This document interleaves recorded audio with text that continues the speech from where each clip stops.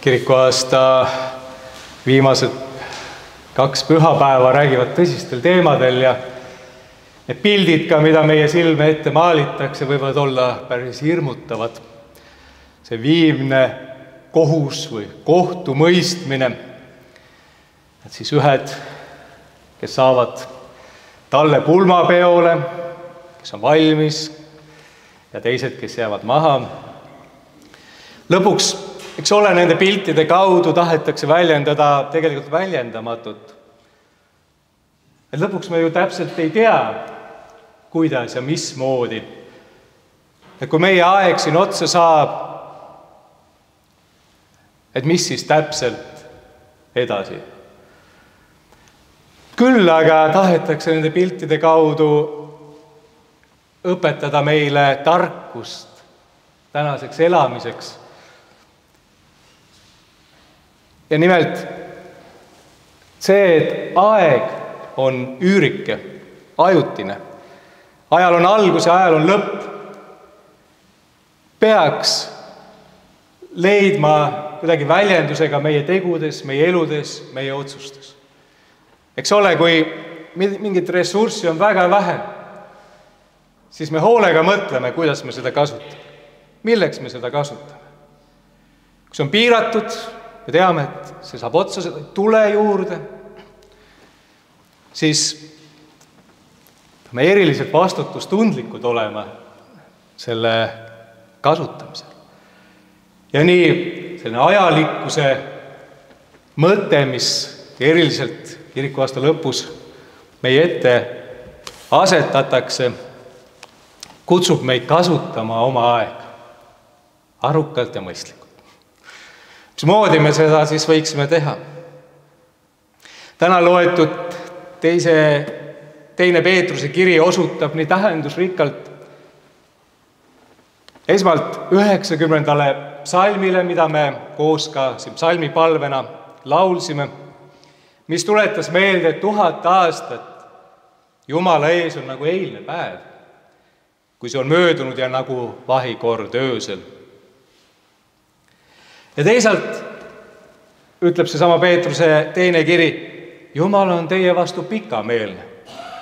Ta ei taha, et keegi hukkuks, vaid et kõik jõuaksid meeleparandusele.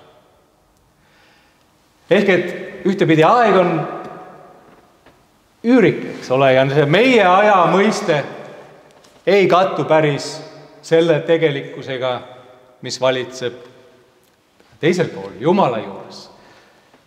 Jumala juures aja väärtusel on hoopis teine tähendus. Ehk et see meile siin tunduv aeg, mis võib olla väga pikk aeg Jumala ees, on vaid üürike silmapilk ja vastupidi. Aga teist poolt see, et meile on antud aega, et meil täna veel on aega, et see aeg ei ole ära võetud või ära lõppenud, on Jumala armu märk. Ehk et kui meil on see päev täna kingitud, me oleme sellesse hommikusse ärganud, siis on juba see põhjus olla tänulik ja võtta seda vastu kui Jumala kingitust meil. Veel üks võimalus teha midagi olulist siin selles maailmas ja ajas. Veel üks võimalus kasutada seda aega millegi ilusa ja erilise jaoks. Veel üks võimalus ka meeleparanduseks. Kui täna on isade päev, siis ehk üks pilt, millega võrrelda seda meie aja arukat kasutamist siin Jumala ees, ongi just hea laenata perekonnast. Ehk et kui me mõtleme oma lähedaste peale, oma laste peale või lastelaste peale või vanemate, vanavanemate peale, siis eks ole see eriline ja väga hinnaline väärtus on see, kui meil on olnud aega koos nendega. Ja kõige kallim ongi see, kui sa mõtled tagasi, see üheskoos veedetud aeg.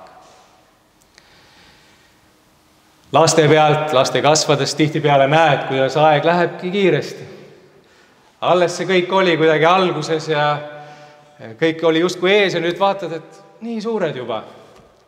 Nii palju on juba mööda läinud. Ja teistpidi ka täna nii mõnigi süüdatud küünal isade, vanaisade mälestuseks tuletab meelde, et tõesti, aeg saab ühel hetkel otsa ja mis meil täna on see meie mälestused, see üheskoos veedetud aeg, see, mida me oleme võinud nendega koos jagada.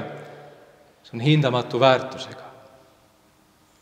Nõnda see üleskutse olla valvel, kasutada aega selles maailmas arukalt, targasti. Võiksime mõista ka üleskutsena kasutada aega olla koos Jumalaga, oma taevase isaga. Oma poja Jeesuse Kristuse kaudu on Jumal väljendanud, et tema väga tahab olla koos meiega. Ta on tulnud inimese ligi, olla meie lähedal, olla meie jaoks olemas. See üleskutse meile parandusele võiks olla tõlgitud siis ehk nõnda, jõudke märkamisele, kui väga sa siin selles maailmas oled hoitud oma isa poolt, Jumala poolt, kui väga sa oled tema poolt armastatud. Meile paranduse siht ei ole siis mitte see, et hakake tegema õigeid asju, vaid hakake nägema, kui palju Jumal teie heaks teeb. See aeg koos Jumalaga on just see arukalt kasutatud elu. Pole üks pilt isiklikumat laadi. Isade päeva sobiv lugu. See, kuidas juba mõnda aega mul pojad, üks on 9 ja teine 11-aastane, nõuavad endale rulasid. Nemad tahavad õppida rulaga sõitma, nendel on kindlasti rula tarvis. Tükk aega olen seda rula soetamist edasi lükanud, et kus te siis nii väga sõidate, üksi te ju ei käi ja seal skatepargis, nad on veel nii väiksed, natuke pelgavad ja natuke ohtlik ala ka. Ja siis ma lõpuks otsustasin neile järele anda ja mõtlesin, et ainus võimalus neile rula soetada on ise ka õppida rulaga sõitma. Soetasin endale ka rula ja 43-aastaselt rula sõitmise õppimine ei ole üldse lihtne. Ja palju haiget on tulnud selle jooksul ka saada, aga see on niivõrd väärtuslik aeg olnud nendega koos skatepargis ja pump trackil ja linnatänavatel ringi rulatada. Täna hommikul, kui tavaliselt lapsed teevad isadepäevaks sellise kaardi, siis mõlemad teineteisest sõltumata olid kirjutanud sinna, issi, jube äge on sinuga koos rulatamas käia. See oli midagi, mis oli nende jaoks järsku saanud nii tähtsaks või oluliseks, see koos veedetud aeg ja ma ise mõtlen, et see on võib-olla mingi väike ohver, mille ma olen justkui toonud, aga see on niivõrd väärtuslik ja hinnaline ohver. Pühakiri ütleb meile, et Jumal on palju suuremaid ohvreid toonud. Ta teeb palju rohkemat, kui tuleb meiega koos rulatama. Aga võib-olla see pilt viimsest kohtupäevast või et aeg saab otsa ja ükskord seisame Jumala ees. Et võib-olla selle kohtupäeva pildi kõrval võiksime siia asetada ka isadepäeva pildi. See Jumala ette jõudmine, see on kui isadepäeva hommik. Kui me astume taevase isa ette ja anname üle oma kaardi talle. Ja seda kaarti me kirjutame praegu oma eluga, oma valikutega, oma tegudega. Mõtleme, kui palju on sellel kaardil siis tema tegude, tema helduse ja headuse märkamist. Kui palju on sellel kaardil tänu selle eest, mida ta meil on jaganud, kinkinud. Kui palju on sellel kaardil seda märkamist, kuidas ta meid on kandnud ja hoidnud. Et üleskutse olla valvel ja parandada meelt on siis üleskutse olla teadlik. Just meie tänased otsused on need, mis viimsel päeval ja Jumala eest lõpuks esile tulevad ja midagi määravad.